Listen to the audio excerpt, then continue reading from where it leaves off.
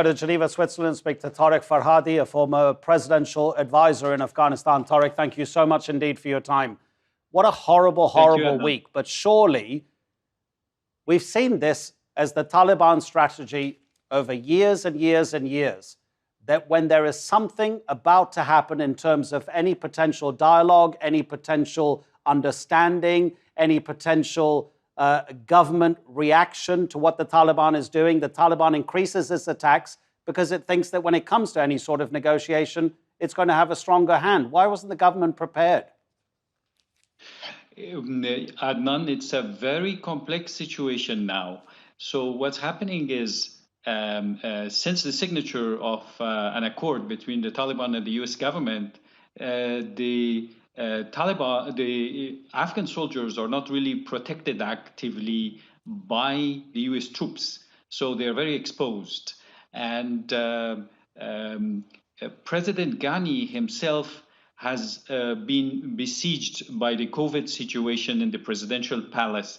He has not left the presidential palace in the last 3 months, except once when he visited a maternity ward that was attacked by unknown individuals because the Taliban denied these attacks. And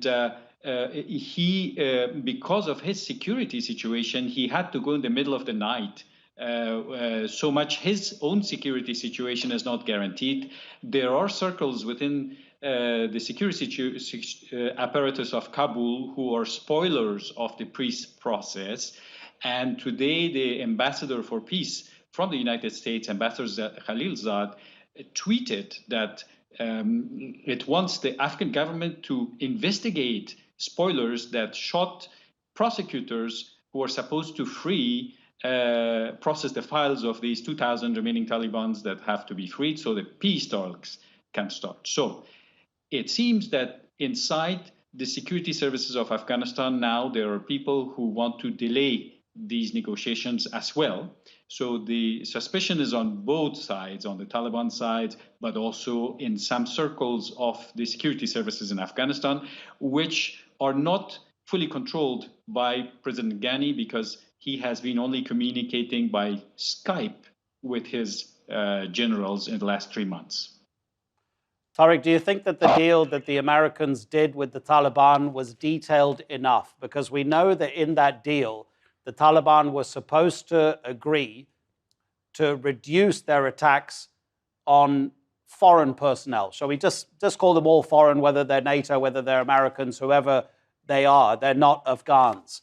Should the Americans have been more detailed in demanding more of the Taliban in terms of attacking Afghans? Certainly. But the deal was really to create a safe passage for the Americans to come out of Afghanistan. And now that we have seen John Bolton's revelations in his book, really the US president was concerned about how to leave without casualties. So his concern was not really the Afghans. He has said time and time again that the Afghans should settle between themselves, and the Americans are not going to police the situation between the Afghans. So also the Americans have said that President Ghani knew months before the declaration of this accord that this is what was going to be signed. President Ghani is an ethnographer. He came from the World Bank. He has been dealt a very difficult hand now that he finds himself in the position of Supreme Commander. On his watch in the last 5 years, 60,000 Afghan soldiers have died, and he seems to now lose part of the control of the security services. Tariq, we really appreciate your time. Thank you so much. Torek Farhadi speaking from Geneva.